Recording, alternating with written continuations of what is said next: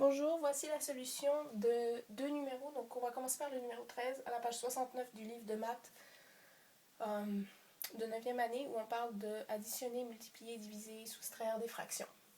Alors je lis le numéro. Le diamètre de Pluton est égal au 6/17 du diamètre de Mars. Le diamètre de Mars est égal au 17/300 du diamètre de Saturne. Donc,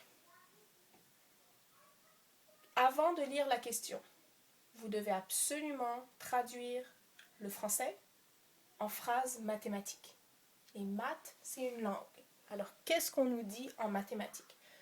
Le diamètre de Pluton est égal. Diamètre de Pluton est égal au 6/17 du, alors du, en français, c'est égal à un fois. Quand tu as un nombre de un autre nombre, une partie d'un autre nombre, le de, c'est égal à une multiplication. Du diamètre de Mars. Ensuite, on te dit le diamètre de Mars, ça c'est la deuxième phrase. Donc la première phrase en français a commencé par une majuscule et un point.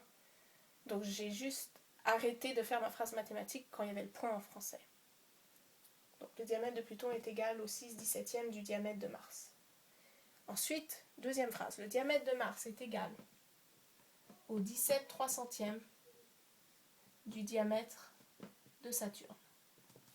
Voilà mes deux phrases mathématiques. Maintenant, je suis prête à lire les questions. A. Exprime le diamètre de Pluton sous forme d'une fraction du diamètre de Saturne. Ok, on me demande de faire diamètre de Pluton sous forme d'une fraction. Donc là, je m'attends à avoir un nombre sur un autre nombre.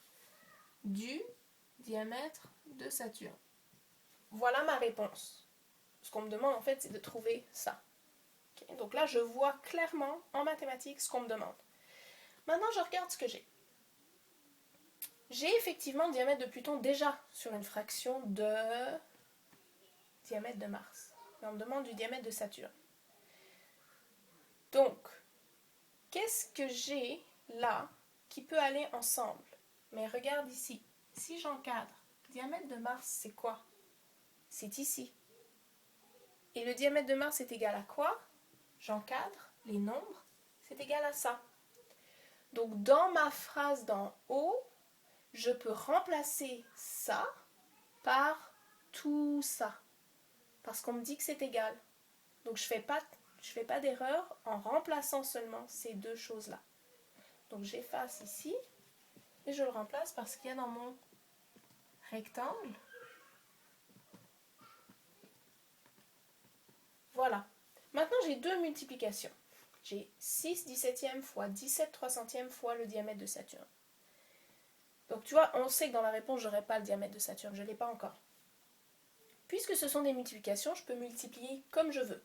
Ça fois ça fois ça, ou ça fois ça fois ça, ça fois ça, ça fois ça fois ça. Ça n'a pas d'importance, c'est comme l'addition. Okay, on peut mélanger les chiffres, c'est correct. Donc, je vais juste prendre ces deux-là et je vais les multiplier, parce que ça, ce sont des nombres. Donc, je peux transformer ces deux fractions en une seule. Puis le reste ne change pas. Fois, je l'ai descendu là. Diamètre de Saturne, je l'ai mis là. La seule chose, c'est ça, il faut que je le mette en une fraction. Donc je le fais. Comme on l'a appris, on multiplie les numérateurs, ça donne une réponse, et on multiplie les dénominateurs.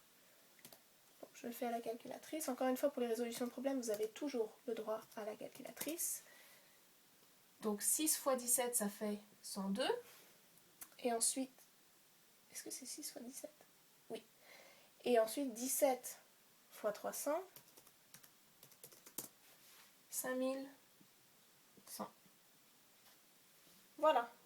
Donc la question A, vous avez votre réponse ici. Vous avez exprimé le diamètre de Pluton avec une fraction d'un nombre ou d'un diamètre, du diamètre de Saturne. Ensuite, on te dit le diamètre de Saturne est égal à 120 000 km. Ben, diamètre de Saturne, si c'est égal à 120 000, je peux facilement changer ça pour un nombre. Voilà. Et je calcule. Comment je calcule? je divise parce que la barre de la fraction, c'est égal à une division. Hein, c'est la même chose qu'une division. Donc je fais 102 divisé par 5100 fois 1200. Non, 1200, qu'est-ce que je raconte? 120 000 km. Donc je le fais là, la calculatrice. 102 divisé par 5100 fois 120 000. Ça me donne 2400 km. Et c'est votre réponse du numéro B.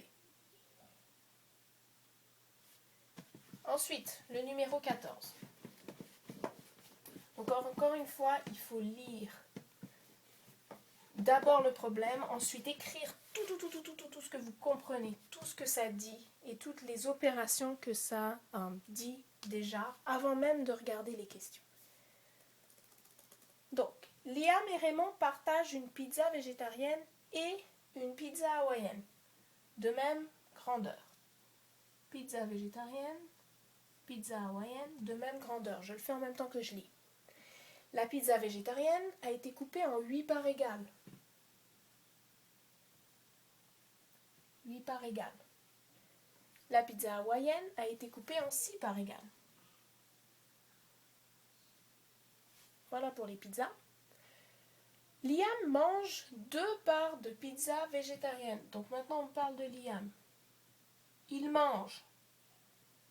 Donc, ok, on pourrait dire moins, là il enlève. Mais là on te dit il mange d'abord quelque chose et ensuite autre chose. Donc on additionne ce qu'il mange pour savoir ce qu'il mange en tout. Okay? Liam mange 2 parts de pizza végétarienne. Donc sur 8 morceaux. Là, je relis là, j'ai juste perdu ma phrase. Liam mange 2 parts de pizza végétarienne et 1 part de pizza hawaïenne. Donc il a mangé 2 parts ici, donc 2 sur 8, mais il a mangé 1 ici, donc 1 sur 6. Raymond mange, quant à Raymond, il mange 2 parts de pizza hawaïenne, donc 2 parts de cette pizza-là, donc sur 6 morceaux, et il mange 1 part de la pizza végétarienne, donc 1 sur 8. Je ne sais pas ce qu'on me demande, mais voilà ce que les mots du problème m'ont dit. À partir de là, qui a mangé le plus de pizza? Tu fais ton addition. Tu dois trouver, on ne peut pas additionner comme ça, donc on doit additionner avec des dénominateurs communs. Donc je cherche dans ma tête, dans la table de 8, dans la table de 6, une réponse commune. Bon, moi j'ai beaucoup d'expérience là-dedans, puis je connais bien mes tables.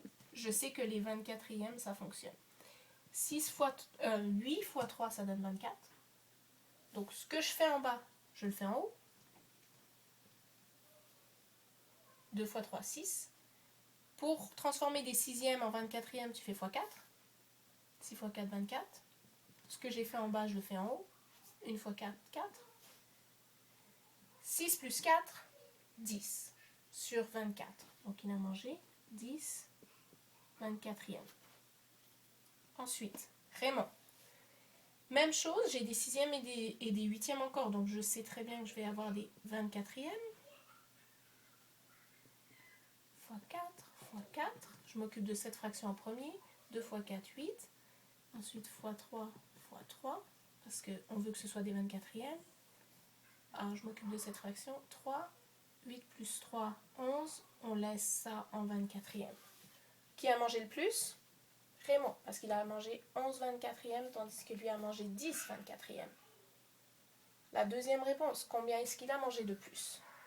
Tu soustrais les deux nombres si tu n'es pas capable de le voir juste comme ça, combien il a mangé de plus. Et la dernière question, c'est quoi? Combien de pizzas reste-t-il? Bon, je vais écrire 10 sur 24. Ici, alors, je remplace. Moi, j'aime beaucoup remplacer parce que, c'est pas juste moi, là. C'est juste plus simple. Au lieu d'avoir maintenant une addition, je sais qu'il a mangé 10 24e, je l'écris. C'est beaucoup moins compliqué. Puis lui, je sais qu'il a mangé 11 24e, donc je l'écris. Puis là, on me demande combien de pizzas il reste. Bon, d'abord, combien de pizzas est-ce que vous avez? 2. Donc vous avez 2 entiers. Ok. Puis là, on a mis ça en 24e. Donc on va rester en 24e. 2 entiers, c'est combien de 24e? On sait que 1 entier, c'est 24 24e. Okay? Donc si cette pizza, je l'avais séparée en 24 morceaux, une pizza complète, c'est 24 morceaux sur 24 morceaux. Okay? Donc si j'ai 2 entiers, j'ai 24 morceaux ici, 24 morceaux ici, ça me fait 48 morceaux. Mais sur combien? 24, parce que chaque entier est divisé par 24. Est divisé en 24. Okay? Donc tu as 24 morceaux dans un entier, mais vu que tu as 2 pizzas, tu en as 48 morceaux que tu peux utiliser. Donc tu commences avec 48 24e. C'est la même chose que si tu disais je commence avec 2 entiers, 2 pizzas. Okay? Si cette partie n'est pas claire, envoyez-moi un courriel ou rappelez-moi de voir ça en classe avec vous. D'accord?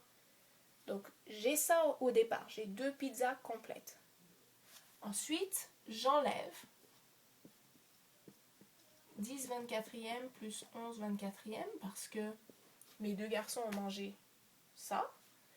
Combien ça me donne? Bon, alors puisque c'est une addition puis qu'il y a des dénominateurs communs, j'additionne. Ça fait 21. Donc je vais juste le remplacer. Vous comprenez que moi j'efface là parce que c'est un petit tableau. Mais vous descendez les choses là. Laissez toutes les traces de vos démarches, n'effacez pas. Donc j'ai 48 24e moins 21. Donc c'est des 24e, je ne les touche pas. Ok? 48 moins 21. Ça fait 27 24e. Ok? Puis là, je suis pas trop sûre. Je pense pas. 27, je pense que c'est un nombre premier. Je vais juste faire 4. Non, je suis vraiment sûre en fait. Non, je suis pas sûre. Divisé par 9, ça marche.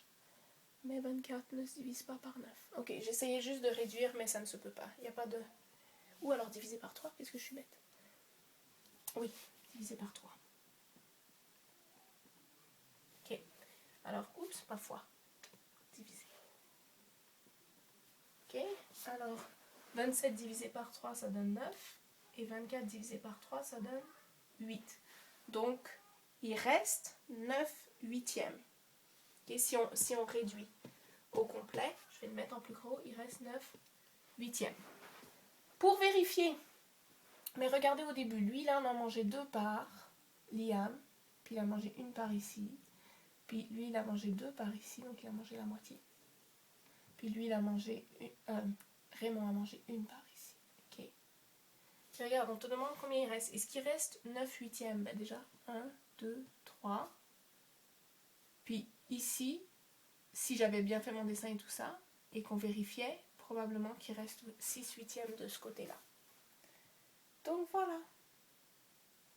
C'était comment... J'ai juste fait le dessin à la fin, juste pour visualiser ce qui reste vraiment 9 huitièmes. Okay, mais si vous l'aviez fait pour de vrai et vous aviez coupé sur des papiers les bons nombres, vous verriez qu'il reste 1, parce que là, ça c'est un entier et 1 huitième. J'espère que ça vous aide.